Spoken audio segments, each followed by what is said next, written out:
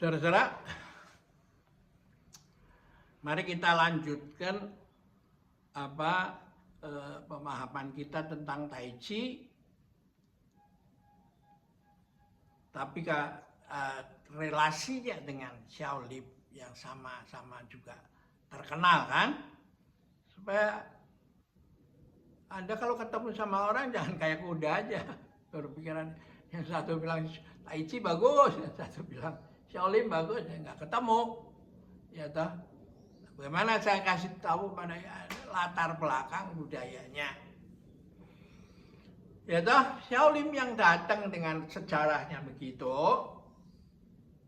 menjadi kedatangan pertemuan antara dari India sama Tiongkok, mana kondisi di Tiongkok pada waktu itu banyak orang cuma membaca kitab suci, meditasi, ya toh. Lalu muncullah ide kalau you dirampok atau you nggak bisa mengamankan you punya kuil kan, atau you duduk-duduk mau mager ya sakit. Nah, lalu mau apa lagi, you mau beragama untuk apa?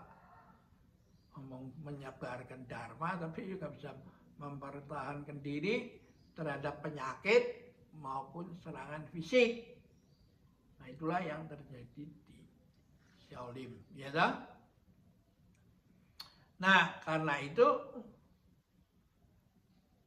fisik dimulai dengan di badannya dikuatkan, disuruh membawa setimba air dari sungai di bawah ke atas dan nggak boleh tetes, nggak boleh tumpah, ya, itu latihan.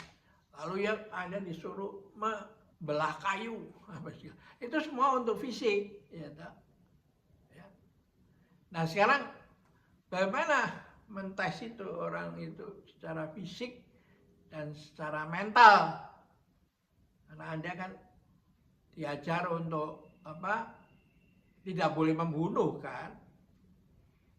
Nah, bagaimana caranya ngetes bagi Anda yang sudah dilatih di situ dan lulus? Nah, Anda disuruh setelah Anda tentukan sendiri kapan, you boleh masuk, tapi keluarnya dari Shaolin Temple itu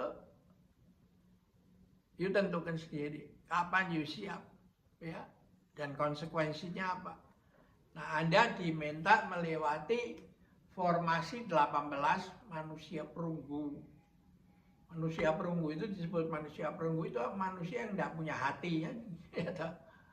Jadi Anda harus melewati kelompok 18 orang itu, dan mereka itu bersenjata pendukan itu, ya, toya itu bekas pikulan, ya toh, pikulan. Nah, dia kalau mukul ya mukul sungguh Anda. Kalau you berani, kalau you belum siap benar, jangan berani-berani lewat situ, karena konsekuensi ditanggung sendiri kan, dikebuk, segala bisa lu babak belur lah.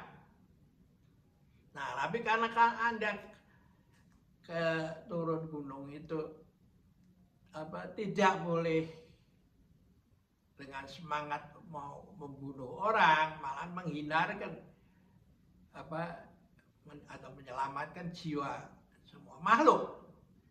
Maka Anda nggak boleh bawa senjata itu, ya, bawa pedang itu nggak boleh. Anda tangan kosong aja, ngelundung aja begitu. Nah, disitulah Anda harus bisa survive. Nah, hanya mereka yang survive begitu, maka Anda dibilang tahap pertama sudah lulus. Nah, tahap keduanya apa?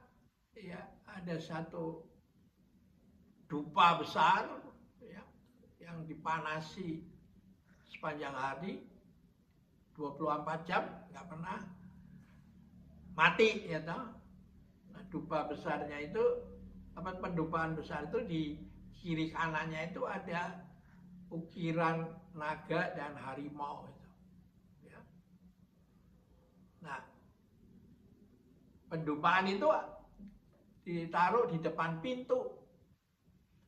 Nah, Anda hanya bisa keluar dari pintu itu kalau Anda berani menggeser itu dengan tangan. Nah, dengan menempel di ukiran naga dan harimau, Anda baru bisa keluar dari perguruan Shaolin. Dan memang Anda benar-benar menjadi alumni. Kalau Anda nggak punya stempel ini, nggak boleh. Ya, itu yang saya lihat di dalam cerita silat ya, dan baca di buku-buku atau literatur cerita silat juga ya. Jadi itulah guru ini nggak mau pusing pakai ngetes ayat-ayat apa nggak ada ya kan. Lihat ayat ini di halaman berapa kan. You lewatin itu karena esensi Anda ini adalah Anda harus punya etikat baik ya. Tekad untuk turun gunung untuk melakukan kebaikan ya. Dan kalau 18 manusia perunggu itu ada musuh dari luar, keberanian memeluk pendupaan itu musuh dari dalam, berani apa enggak yuk? Kalau berani ya geser. Jadi Anda diuji begitu. Ujiannya built in itu. Nah, tentu menghasilkan orang-orang yang perkasa kan, ya. Dan perkasa itu tetap mempunyai, bukan mau semua dirubah karena menjadi the fittest, survival of the fittest seperti sperma itu, ya, lalu mau menguasai yang lain. Tapi dia sampai pada kesimpulan middle road, jalan tengah itu. Saya akan merubah yang bisa dirubah, tapi saya akan menerima apa yang tidak bisa dirubah. Ini menarik daripada buku Caine itu, kungfu itu yang saya baca itu. Saya lihat pada waktu di TV kan. Ya. Jadi itulah cara Shaolin punya seleksi. Nah, bagaimana dengan Wutang Shan itu? Wutang Shan itu cara bedanya lain lagi, berpikirnya begini. Menengadah ke atas, Anda melihat langit. Melihat ke bawah, Anda melihat bumi. Di antaranya Anda melihat benda-benda dan semua makhluk hidup, tumbuhan dan lain-lain ya. Nah, lalu langit maha mengayomi tanpa pilih kasih. Dia menurunkan hujan pada saat terjadi kekeringan, ya, sehingga bisa tumbuh. Hujannya itu entah tumbuh mengalir di sungai, danau, ya, meresap di tanah. Dia menghidupi. Ya. Nah, tapi kan langit enggak bisa kehabisan air kan. Nah, giliran bumi mengirim uap air. Kena panas matahari menjadi uap, ditiup angin sampai ke tempat tinggi, turun menjadi hujan, ya toh? Lalu dia menghidupi semua. Jadi titik tolaknya berbeda, philosophically ya. Ini ada sebelum ini menjadi Tai Chi itu memang tarian alam itu. Beda dengan Shaolin tadi kan, cara pandangnya toh. Nah, alam semesta itu ada 3 tanpa ego. Ya. Langit, bumi, matahari, dan rembulan itu 3 tanpa ego. Ya. Tarian agung energi kosmos. Nah, Tai Chi ini mengimitasi itu semua. Ya. Basically, secara murni itu begitu. Mengapa? Karena kemampuan menari itu membuat Anda sehat. Semua tanaman kan yang binatang apa sudah kalau dikurungin apa segala ya nggak sehat, harus menari itu seperti musim berganti gitu. Tapi bukan berputar begini, tapi seperti gelombang. Artinya apa, musim semi tahun ini berbeda dengan tahun lalu dan tahun depan. Kalau direduce lagi menjadi detik ini, air yang lewat di sungai itu Anda ciduk, diperiksa di laboratorium detik ini beda dengan 1 detik lalu dan 1 detik kemudian. Nah, konsep ini, pemahaman ini dipakai untuk sebagai pedoman. Lao Tzu menulis setiap hari 1 langkah meski perjalanan masih ribuan li. Setiap hari berbuat baik meski banyak rintangan. Ya, jadi ini ada kaitan semua. Ya. Jadi Anda harus ngerti ini lalu menjadi menarik. Dan banyak masyarakat kita, terutama yang generasi lama, itu mengerti ini karena dia menjadi pembaca cerita silat itu, ya, yang getol betul itu. Sehingga kemarin pada waktu saya jalan di komplek dengan membawa tongkat gitu, tongkat pralon ya, itu saya selisipan dengan orang tua yang bukan etnis Tionghoa loh, ya. Ini penting juga fakta ini. Ya. Nah, dia selain halo, dia mengatakan, Pak, tongkatnya Kaipang. Kaipang itu partai pengemis itu.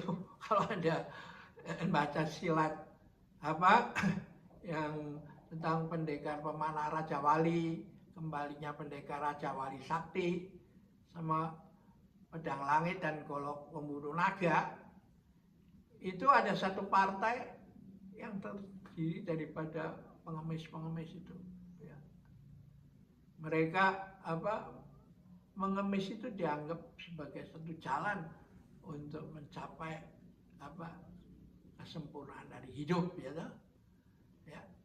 Nah, jadi kalau kelapisan ini hilang, ya, memang kita harus memulai dari nol lagi, membangun orang-orang yang sebenarnya sudah lama sekali terjadi cross cultural fertilization antara cerita silat sama ini orang yang ada di sini toh, di Nusantara ini toh. Sama seperti kalau Anda bicara tentang wayang itu Ramayana, Mahabharata, Adipati Karna, Kumbakarna, segala ya. Semua itu ada, mereka Petro Gareng semua. Jadi ini memang cross cultural fertilization adalah masa depan. Karena mereka datang ke sini untuk sharing wisdom, bukan menaklukkan, membuat orang bertobat, pindah agama, bukan, tidak ada nothing to do itu semua dengan itu, ya. Jadi inilah makanya saya bukan mau menghidupkan ansih nostalgia pada Shaolin dan Wutang, tapi memang ada dasarnya. Nah, nanti Anda akan ketika membaca buku-buku, Anda tahu mengapa Shaolin itu mengkonsentrasikan diri pada kitab Qiu Yang, Qin King, kitab 9 tenaga, ya. Sedangkan Wutang mengembangkan kitab Qiu Im, Qin King, Im sama Yang itu, ya toh. Nah, kalau pedang langit dan kalau pembunuh naga mencari sinerginya itu antara dua itu, ya. Seperti di dalam lagu, hidup ini adalah kesempatan, ya, yang suka dinyanyikan oleh Profesor Terawan itu kan, ya. Dan saya lihat sudah juga saya masukkan di dalam slide kita kan, ya. Hidup ini adalah kesempatan hidup untuk melayani, ya. Juga di dalam sambutan Paskah saya, hidup dalam paradoks itu. Seperti doa Saint Francis of Assisi, ya. Make me the channel of your peace itu. Jadilah aku saluran bagi damai. Oke, kita akhirin dulu. Sampai jumpa.